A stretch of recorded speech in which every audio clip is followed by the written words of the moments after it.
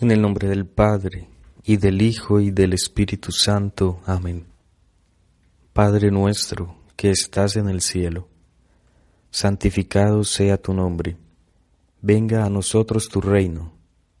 Hágase tu voluntad, así en la tierra como en el cielo. Danos hoy nuestro pan de cada día. Perdona nuestras ofensas, así como nosotros perdonamos a los que nos ofenden. No nos dejes caer en la tentación y líbranos del mal. Amén. Dios te salve María, llena eres de gracia. El Señor es contigo. Bendita tú eres entre todas las mujeres, y bendito es el fruto de tu vientre, Jesús. Santa María, Madre de Dios, ruega por nosotros pecadores, ahora y en la hora de nuestra muerte. Amén.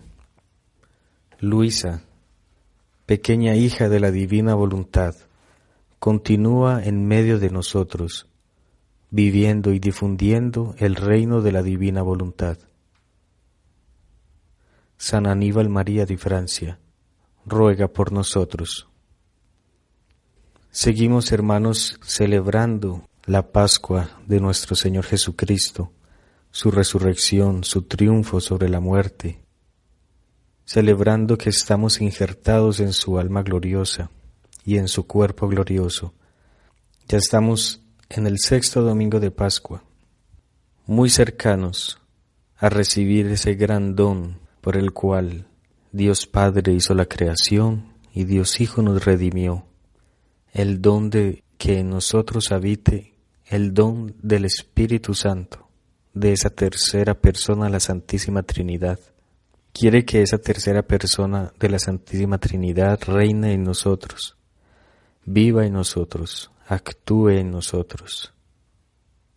Y todo este tiempo, según como nos cuentan las Sagradas Escrituras, los apóstoles se reunían en el cenáculo a meditar, a recordar todos esos actos y todas esas palabras que habían vivido con Jesús durante 3 o 4 años, todas sus obras, esas obras maravillosas, extraordinarias que Jesús había hecho por amor a nosotros, en esos excesos de amor.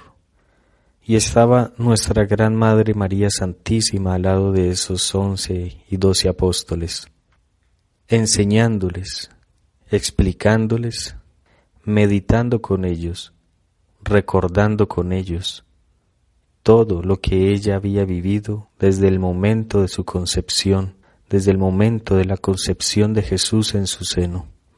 Estos 7 domingos en que celebramos la Pascua del Señor realmente en la Iglesia son riquísimos en contenido, por ese gran misterio y por ese mismo misterio de que es donde los apóstoles se reaniman, se revigorizan para comenzar esa obra de Jesús sembrada en ellos, para dar a conocer y hacer fructificar ese depósito que Jesús había hecho en ellos, de toda su vida, de todas sus enseñanzas, de toda su voluntad que había de desarrollarse después de su ascensión a los cielos, en nosotros, en esa pequeña congregación que se fue extendiendo cada vez más y más, como escuchamos todos estos días en los Actos de los Apóstoles, y el número de creyentes iba creciendo hasta ya nuestros días, y toda esa obra la comienza la Iglesia el día de Pentecostés, cuando estos apóstoles que estaban reunidos en oración junto con María Santísima y de pronto algunas otras más mujeres y personas, reciben ese Espíritu Santo, la tercera persona de la Santísima Trinidad, nada más y nada menos que aquel que transmite, que se genera entre ese amor del Padre y el amor del Hijo. Y todo ese misterio de estos días en que recordamos también a los apóstoles reunidos en el cenáculo después de la Pascua, son momentos de oración en que ellos realmente están viviendo y de profunda oración. Nosotros ya hemos hablado bastante sobre en esas reflexiones, ¿no?, que hemos hecho sobre la esencia de la oración, la necesidad de la oración, lo que es la oración cristiana, lo que realmente los efectos que debe producir en nosotros la oración y lo que realmente es la oración. Tuvimos la oportunidad de hablar sobre la oración vocal como origen y inicio de la oración, de esa relación íntima y estrecha con aquel que me ha amado, con aquel que me ama y me amará por siempre, con ese Dios que se me reveló y que esa revelación tiene tan grande contenido que nuestra labor es desarrollarla, fructificarla, según su voluntad. Y como hemos llegado a conocer un poco, según la doctrina de Luisa Picarreta, ya tenemos esa gran ayuda, ese gran auxilio, ese gran don de vivir toda su palabra desde su voluntad, con su misma voluntad, de vivir esa unión estrechísima con su mismo amor, con su misma potencia. Hablamos que el primer paso de esa unión íntima es la oración vocal.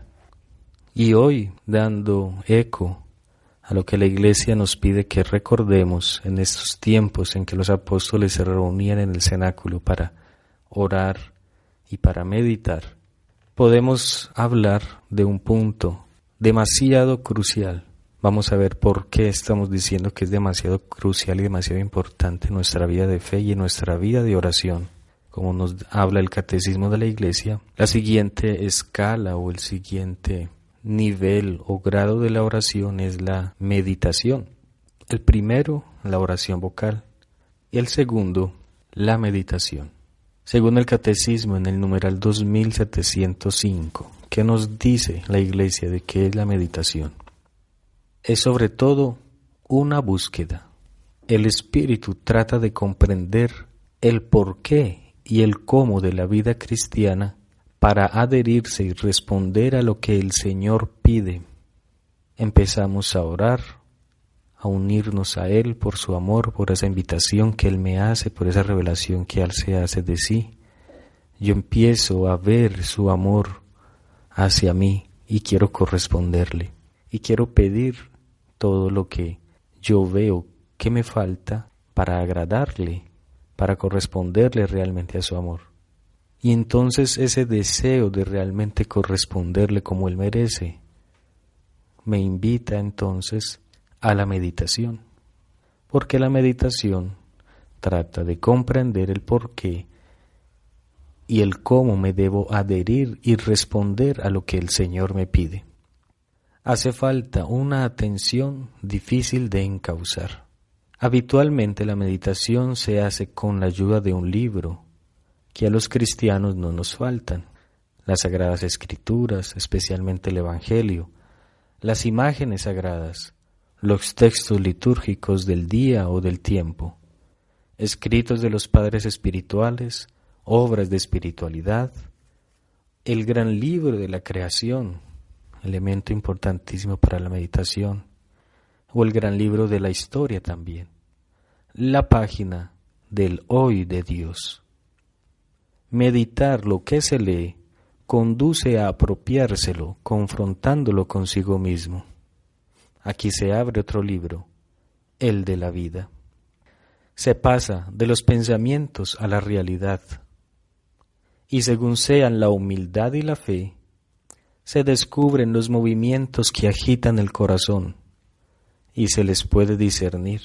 Se trata de hacer la verdad para llegar a la luz. Señor, ¿qué quieres que haga? Los métodos de la meditación son tan diversos como los maestros espirituales. Un cristiano debe querer meditar regularmente. Si no, se parece a las 3 primeras clases de terreno de la parábola del sembrador. ¿Conocen la parábola del sembrador? ¿La recuerdan? Bueno, pues los invito a que la sigan recordando.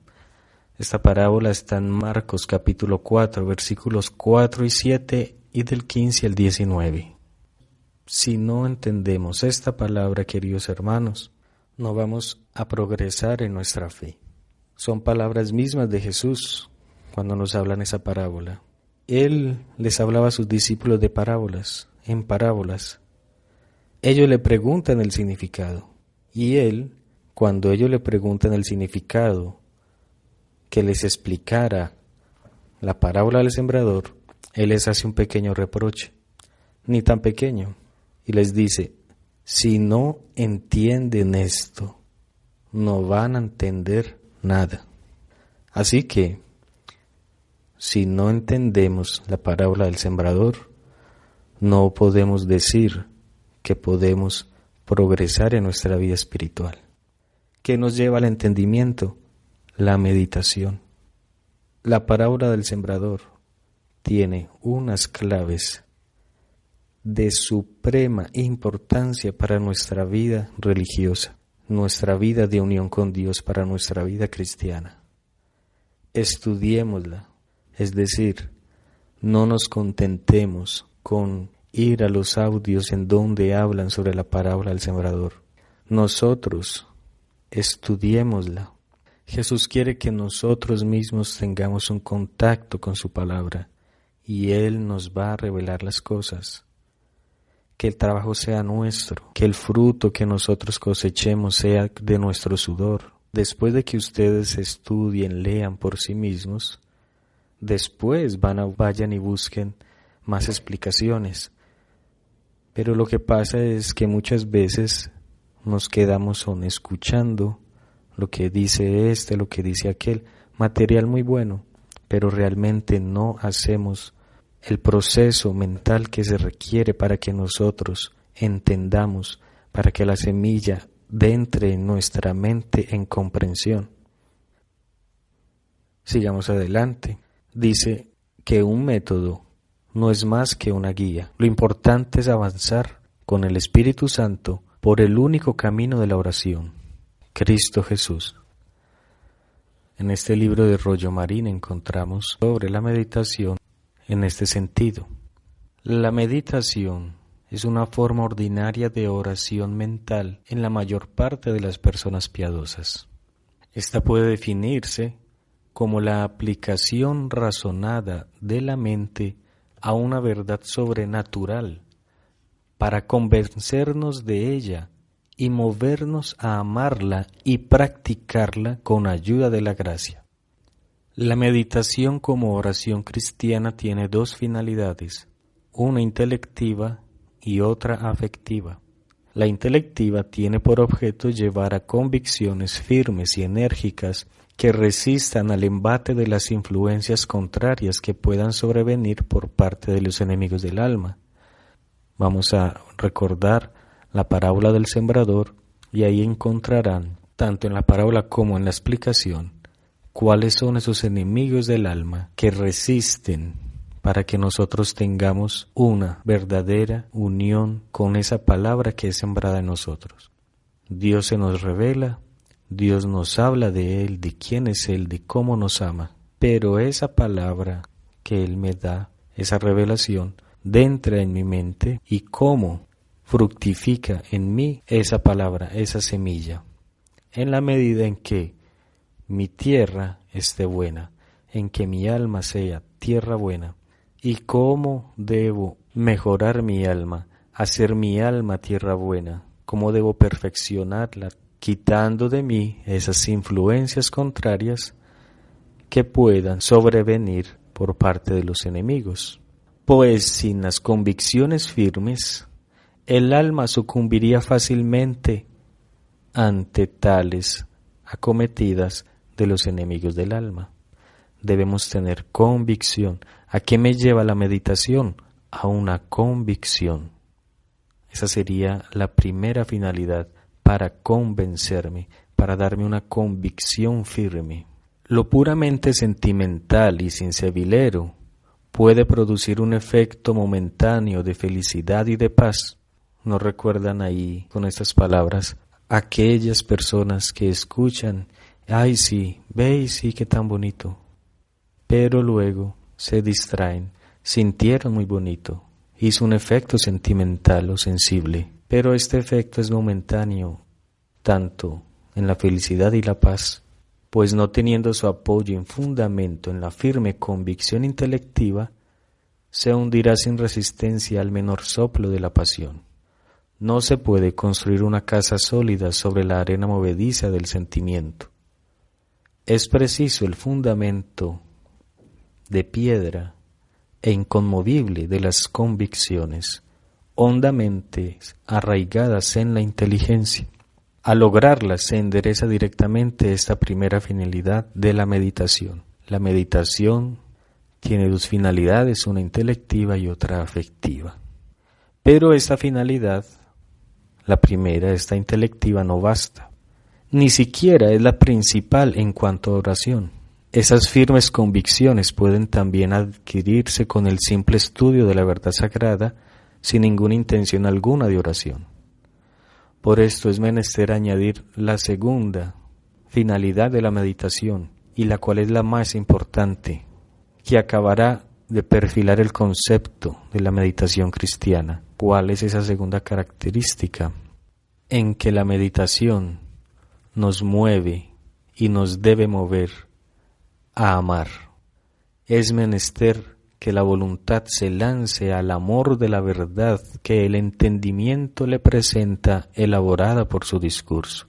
Y ahí la necesidad también de seguir estudiando, ¿no? Y estar atentos a nuestro corazón y a nuestra mente. Muchas veces hemos leído el Evangelio, cuántas veces hemos escuchado las Sagradas Escrituras o las hemos leído, cuántas veces hemos hecho discursos, audios como este, pero realmente no es fruto, sino de una meditación intelectiva, porque no significa simplemente saber, sino realmente vivir. Por eso el fruto de la meditación nos mueve a amar esa verdad revelada. Es menester que la voluntad se lance al amor de la verdad que el entendimiento le presenta, y cuando en nosotros el fruto es el amor, es cuando podemos decir: estoy orando, mi oración es verdadera, porque estoy creciendo en mi amor hacia ti, estoy creciendo en mi amor, estoy creciendo en las obras que me pide la palabra. Todo lo que leamos, inmediatamente tengamos la intención de practicarlo, y de practicarlo por amor a ese ser que me está dirigiendo esa invitación o que me está revelando.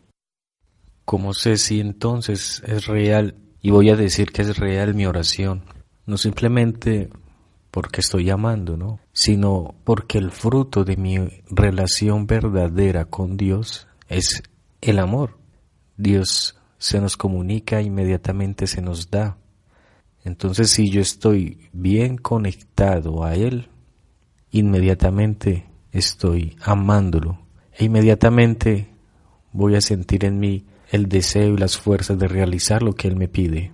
Porque Dios es efectivo, su palabra es creante, y esa palabra es creante o inmediatamente da fruto en nosotros, es amándolo y realizando lo que esa palabra me está invitando.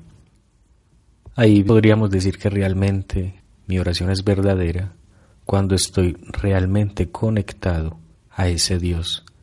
No va a ser verdadero por mí, sino por la efectividad y la eficacia que es Dios en sí mismo, que es su palabra. Su palabra se nos comunica y su palabra tiene toda la potencia y la capacidad de crear en mí. Si yo llego a la oración y no creo, no recreo lo que esa palabra me invita, no doy ese fruto, no es por la falla de la palabra ni de la potencia del fruto, sino que la falla es en nosotros. La falla es en la conexión que yo hago con Él, porque Él es efectivo. Todo esto que hablamos hace un momento entonces de esta definición de la meditación, recuerdo que lo estoy sacando de Antonio Rollo Marín. Y es interesante todo esto porque se une a lo que San Agustín nos decía, que María primero concibió a Jesús en su mente y luego en su vientre. Nos está explicando con esa frase lo que acabamos de decir, ¿no?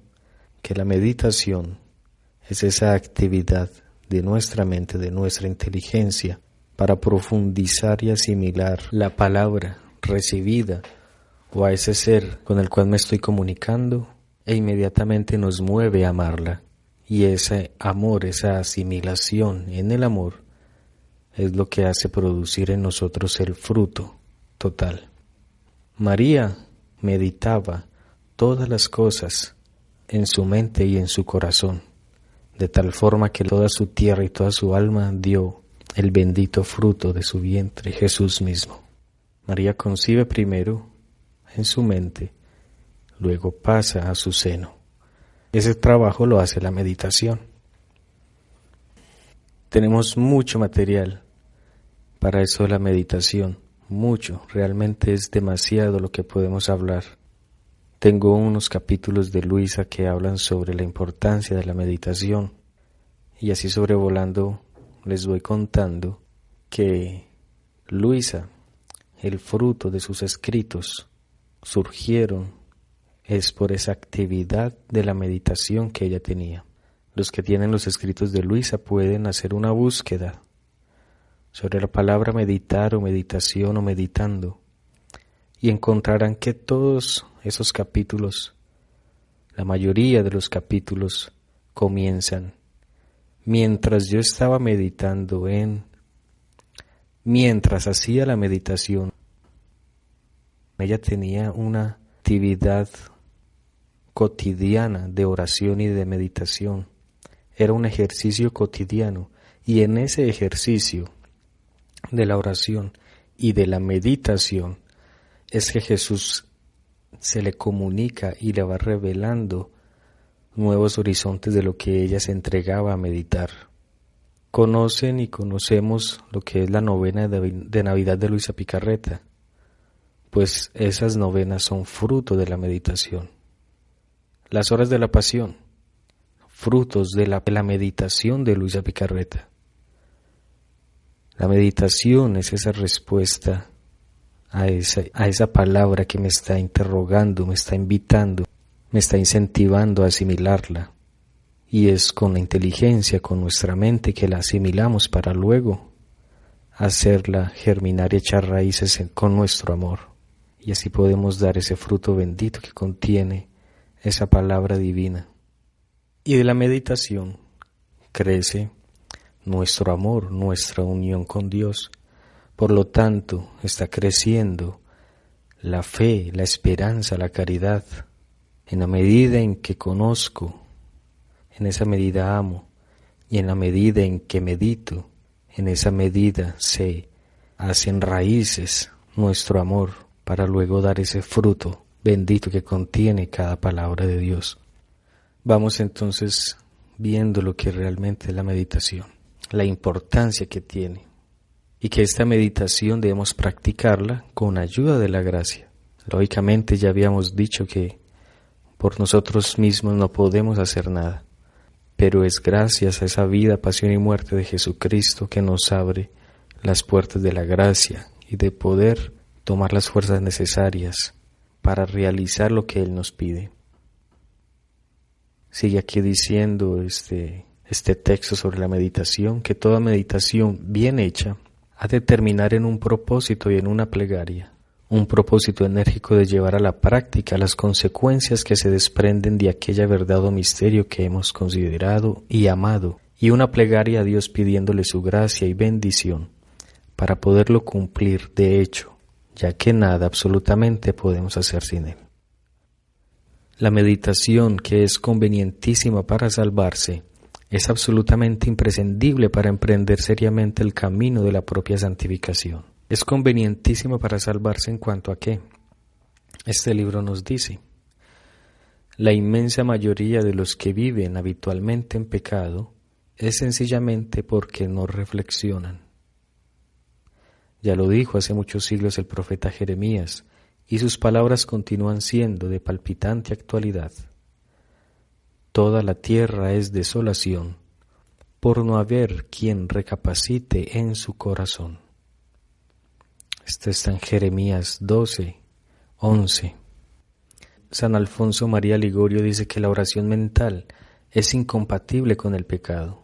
Con la oración mental bien hecha no podrá permanecer en el alma el pecado. O dejará la oración, o dejará el pecado.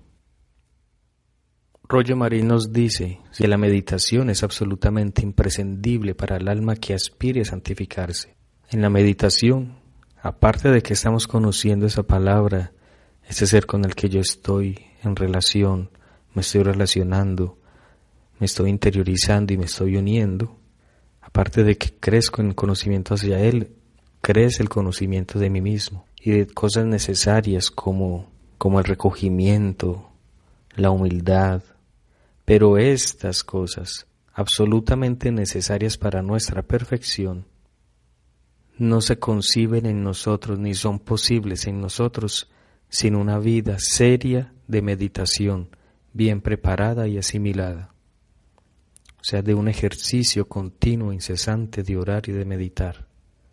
La experiencia confirma con toda certeza y evidencia que nada absolutamente puede suplir a la vida de oración, ni siquiera la recepción diaria de los santos sacramentos. Imaginémonos lo que está diciendo aquí. La experiencia confirma con toda certeza y evidencia que nada absolutamente puede suplir a la vida de oración, ni siquiera la recepción diaria de los santos sacramentos. ¿Qué nos pide la Iglesia para recibir un sacramento? La conciencia y el conocimiento de lo que vamos a recibir. Y para tener conciencia y conocimiento y voluntad para recibir lo que debemos recibir, debemos de llegar a ellos con la meditación y con la oración. No nos basta recibir los sacramentos por recibirlos, no nos basta ir a misa por ir a misa, no nos basta cumplir los mandamientos por cumplirlos. Tenemos que hacer todos esos actos que nos llevan a la santificación con el ejercicio habitual de la oración y de la meditación.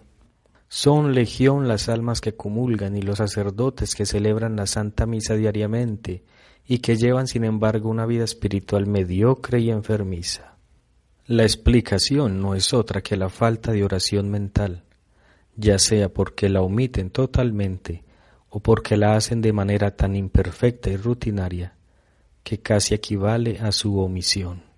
Palabras de un gran sacerdote, un gran teólogo, apoyado con la evidencia de los grandes teólogos como Santo Tomás de Aquino y de muchos santos. Hay muchas almas que comulgan y muchos sacerdotes que celebran la Santa Misa diariamente, pero llevamos una vida espiritual mediocre y enfermiza. En los escritos de Luisa Picarreta encontramos un capítulo que habla realmente sobre este punto, y él lo dirige es porque las almas no buscamos la voluntad de Dios en los sacramentos, no buscamos la voluntad de Dios en las cosas santas. Al no buscarlas por medio de la meditación, al no buscar su voluntad, o sea, lo que nos pide esos sacramentos a nosotros, lo que deberíamos producir, lo que debía producir los sacramentos en nosotros, al no conocer eso, al no conocer esa voluntad por la cual Dios los dispuso, no podemos dar verdadero fruto. Y por eso muchas almas que reciben la comunión diariamente no tenemos un desarrollo espiritual, sino que nos mantenemos en la mediocridad enfermiza. ¿Por qué? Ya en todo ese contexto que hemos hablado de lo que significa la oración, porque no oramos como debemos orar, no amamos como debemos amar a ese Dios que nos ama infinitamente. No estamos buscando ni siquiera en oración, y ni siquiera en los sacramentos, y ni siquiera en la iglesia, la voluntad de Dios. Y es todo lo que hemos estado tratando de decir. Dios se me revela y esa revelación me está invitando a un objetivo, a una finalidad. Pero si yo no entiendo esa revelación, no la comprendo, ¿para qué se me revela? ¿Qué me invita? O sea, ¿cuál es su voluntad? Si yo no quiero buscar eso, no quiero buscar lo que Él me pide, no quiero amarlo a Él, entonces, sin buscar su voluntad, todo queda en el vacío. Y estamos en este mismo contexto diciendo que la oración y la meditación es ese ejercicio continuo que me va a hacer crecer en el amor perfecto de Dios hacia Dios, en conocerlo a Él, en conocerme a mí mismo, para hacer su voluntad.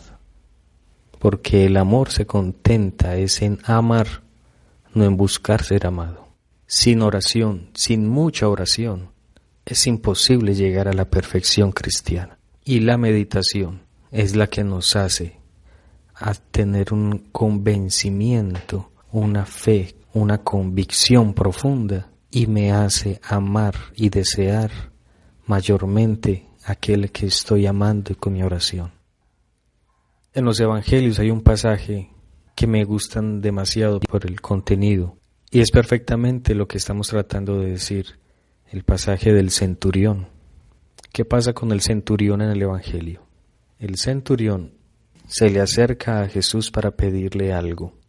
Jesús accede a realizar su petición.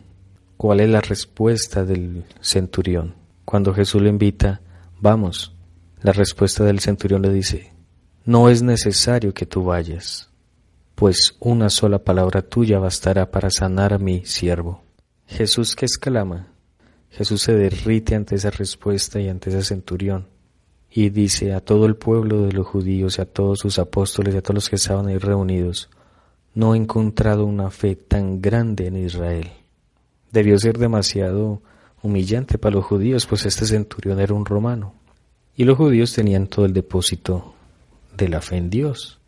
Pero ¿qué es lo que hace que este centurión se robe toda la atención y admiración de todo un Dios, de Jesucristo mismo, la verdad plena? En que este centurión meditaba. Por ejemplo, después de la respuesta le dice, pues si yo, que tengo muchos bajo mi mando, le digo a uno, ve, y al otro, haz esto, ellos lo hacen.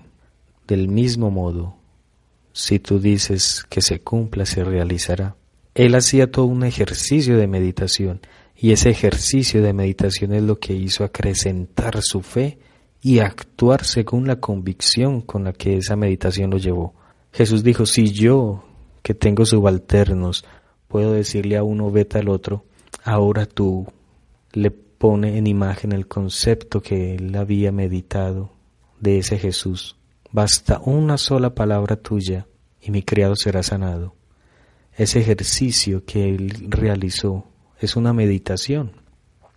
Si yo esto y lo otro y puedo decirle, ahora tú.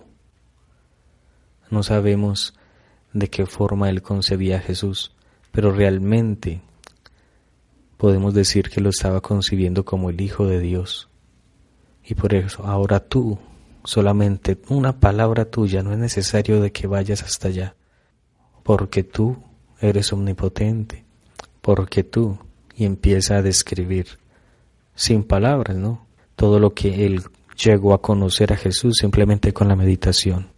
Y Jesús dice, no elogia la meditación directamente, le habla de la fe. Por lo tanto, ese ejercicio de meditar es la que va a confirmar nuestra fe, a confirmar esas verdades, tener una convicción de esas verdades que estoy recibiendo.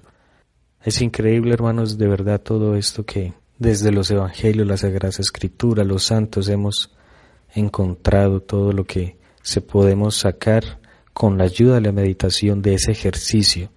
Y ejercicio significa tener un orden, una disciplina, para que realmente el ejercicio produzca su efecto en nosotros. Y más nosotros que estamos llevados por nuestros vicios y nuestras pasiones. Así que no estamos acostumbrados a ejercitar. Como decíamos de ahora, que hablaba Jeremías, estamos llenos de pecados porque no reflexionamos, porque no meditamos, porque nuestra mente está embotada, porque nuestro corazón está puesto en otros intereses y no los intereses del cielo. Pidamos a nuestra Madre Santísima que nos ayude a meditar, que nos ayude a recordar, que nos siga enseñando a orar para poner en práctica, para conocer más profundamente. Ella que todas las cosas las meditaba en su corazón, digámosle que nos enseñe. Nos bastaría simplemente eso, ¿no? que María Santísima, la que produjo realmente en su vientre todo el fruto de la palabra de Dios, ¿cómo lo realizó? Porque todas las cosas las meditaba en su corazón. Nos bastaría decir solamente eso para comprender la importancia de nuestra meditación en la oración, de lo que es la meditación como oración, no como simplemente meditación, porque no es simplemente un ejercicio intelectual ni académico, es la meditación dentro de la oración. No es que vamos a meditar y luego orar, no, la meditación como oración, o sea, la que me va a invitar a comprender para amar y obrar. Tenemos mucho material, hay unas partes de esta meditación que tenemos que tener en cuenta, unos escritos de Luisa Picarreta muy interesantes que los vamos a tomar en el próximo audio, expresamente hablando sobre la meditación y la importancia de esta meditación. Quedémonos aquí para que pidamos ese don de la meditación, pidamos al Espíritu Santo en estos días de Pascua, porque ya se viene ese día especial en que el Padre y el Hijo nos envían a su Espíritu Santo. Y todo este recorrido junto con María Santísima, para que ella nos enseñe a orar, a meditar, a recordar todas esas cosas, todos esos actos, esos hechos que realizó Jesús estando en la tierra y que hemos visto que realizan nuestros santos en la iglesia con sus sacramentos, y que lo realice también en nosotros para dar el bendito fruto de lo que esa palabra contiene, para cumplir la voluntad de Dios, porque solamente cumpliendo la voluntad de Dios es que damos fruto perfectamente en nuestra vida, en la vida de la iglesia, en los sacramentos, en todo lo que significa la obra de la santificación.